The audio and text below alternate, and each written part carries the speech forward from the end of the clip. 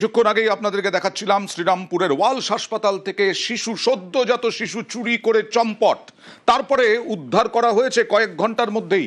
কিন্তু সেই মহিলা যখন চলে যাচ্ছেন, ওই ধৃত মহিলা যে সদ্যজাতকে চুরি করে মায়ের কোল থেকে নিয়ে চলে যাচ্ছিল, সেই সময় সিসি ক্যামেরার ফুটেজের ছবি আপনারা দেখছেন। বৃহস্পতিবার কোন্নগরের বাসিন্দা সন্তানের জন্ম দেন, আর আজকেই বিপত্তি, কিভাবে বিপত্তি হলো এবং পুলিশের তৎপরতা কতটা ছিল যে কয়েক ঘন্টার মধ্যেই উদ্ধার হলো শিশু। কথা বলবো রানার সঙ্গে। রানা, হ্যাঁ অয়নদা, দেখো একদম তুমি যেটা বলছিলে যে পুলিশের তৎপরতা, বিশেষ করে শ্রীরামপুর থানার পুলিশ যেভাবে তৎপরতার সঙ্গে চুরি যাওয়ার 1 ঘন্টার মধ্যেই যে সদ্যজাত শিশু যে চুরি হয়েছিল তাকে সমেত এবং যে মহিলা চুরি করে নিয়ে যাচ্ছিল জারিনা বেগম, তাকে কিন্তু পুলিশ ইতিমধ্যেই আটক করে শ্রীরামপুর থানায় এনে জিজ্ঞাসাবাদ করছে। পাশাপাশি কি করে বাচ্চাকে পেল এই মহিলা, অভিযুক্ত মহিলা ওই সদ্যজাতকে পেল কিভাবে?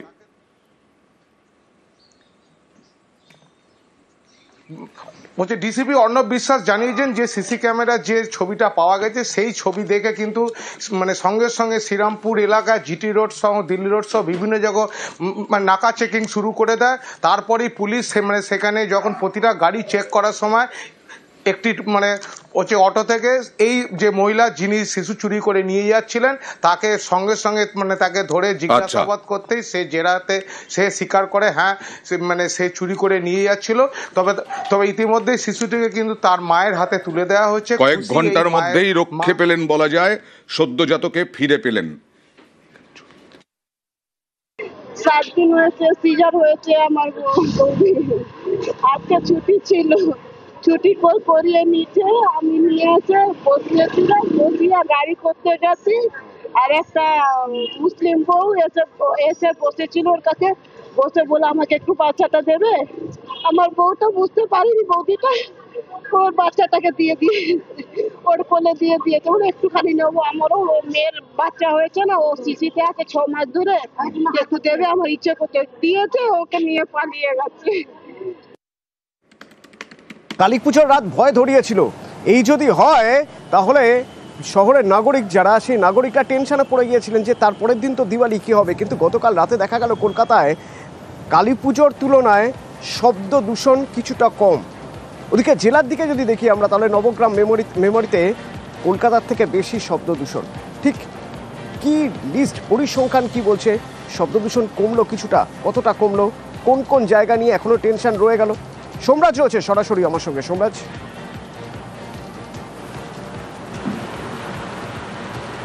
দেখো, যেটা জানা যাচ্ছে এখনো পর্যন্ত কলকাতাকে টেক্কা দিয়েছে জেলা শব্দ দূষণের ক্ষেত্রে। কারণ যে পরিসংখ্যান উঠে আসছে তাতে দেখা যাচ্ছে পূর্ব বর্ধমানের মেমারি, নবগ্রাম, কোচবিহারের দিনহাটা, এই এলাকাগুলিতে শব্দ দূষণের মাত্রা অত্যাধিক।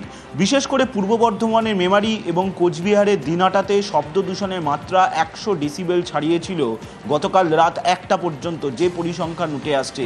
পাশাপাশি নবগ্রামেও কিন্তু শব্দ দূষণের মাত্রা 100 ডেসিবেল ছাড়িয়েছে, যেটা এখনো পর্যন্ত পরিবেশ দপ্তর সূত্রে জানা যাচ্ছে। এছাড়া কলকাতায় যদি দেখা যায় তাহলে কলকাতায় যাদবপুর, টালিগঞ্জ, বালিগঞ্জ, এই এলাকাগুলিতে শব্দ দূষণের মাত্রা গতকাল রাত পর্যন্ত ছিল 80 ডেসিবেলের বেশি, কোথাও কোথাও ছিল 90 ডেসিবেলেরও বেশি, যে পরিসংখ্যান উঠে আসছে। অর্থাৎ যেটা দেখা যাচ্ছে যে কলকাতার তুলনায় জেলার কয়েকটি পকেটে শব্দ দূষণের মাত্রা অত্যাধিক ছিল। সেখানে পূর্ব বর্ধমানের মেমারি, কোচবিহারের দিনহাটা, বিশেষ করে দিনহাটা মিউনিসিপ্যালিটি এবং তার সংলগ্ন এলাকায় শব্দ দূষণের মাত্রা গতকাল অত্যাধিক ছিল। তুলনামূলকভাবে সল্টলেক, নিউ টাউন, বালিগঞ্জ, এছাড়া ফোর্ট উইলিয়াম, এই চত্বরগুলোতে শব্দ দূষণের মাত্রা 90 ডেসিবেল বা তার বেশি ছিল, কোথাও কোথাও 90 ডেসিবেলের কম ছিল। আচ্ছা সোমরাজ সঙ্গে থাকো। এর আগে সোশ্যাল মিডিয়ায় পোস্ট করেছিলেন পরিচালক শতরূপা সান্যাল। তিনি শব্দ দূষণের কি ভয়ঙ্কর পরিস্থিতি ভিডিও করেছিলেন কালী পুজোর রাতে। কতটা ভয়ঙ্কর অবস্থায় তিনি ছিলেন সে কথা তিনি জানাচ্ছিলেন। কালী পুজোর পরের দিন দিওয়ালি, গতকাল তার কি অভিজ্ঞতা? কালকে রাতে সত্যি সত্যি মানে ওই ইন্টেন্সিটিটা অনেক কম ছিল। সন্ধ্যের পর থেকে হঠাৎ দুমদাম ফাটতে শুরু করেছিল। আমি তখন ভাবলাম যে আবার শুরু হলো বোধহয়, কিন্তু কালকে কিন্তু সত্যি সত্যি গোটা ব্যাপারটাই সংযত ছিল, ফেটেছে। কিন্তু এর কারণটা অবশ্য সত্যি সত্যি আমার জিজ্ঞেস করলে আমি জানি না, এটা মানুষের সচেতনতা নাকি এখানে পুলিশ থেকে কোন রকম ইন্টারভেনশন হয়েছিল, এটা আমার জানা নেই। এ তো গেল শব্দ দূষণ। বায়ু দূষণ, কি পরিমাণ বায়ু দূষিত হয়েছে যদি আমরা এই শহরের কথাই ধরি, শহরতলির কথাই ধরি, পরিসংখ্যান কি বলছে সোমরাজ?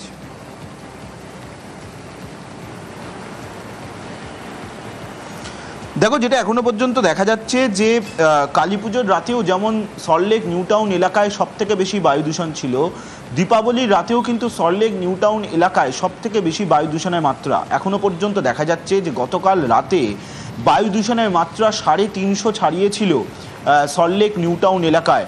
বিশেষ করে নিউ টাউন কলকাতা যে ডেভেলপমেন্ট অথরিটি, সেই এলাকায় দেখা যাচ্ছে বায়ু দূষণের মাত্রা গতকাল রাতে 350 ছুঁয়েছিল, কখনো কখনো 300 পেরিয়েছে।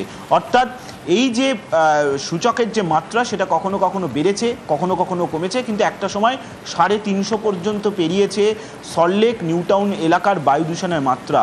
পাশাপাশি যেটা পরিসংখ্যানে উঠে আসছে, ভিক্টোরিয়া মেমোরিয়াল, বালিগঞ্জ এই এলাকাগুলিতে বায়ু দূষণের মাত্রা প্রায় 300-র কাছাকাছি ছিল।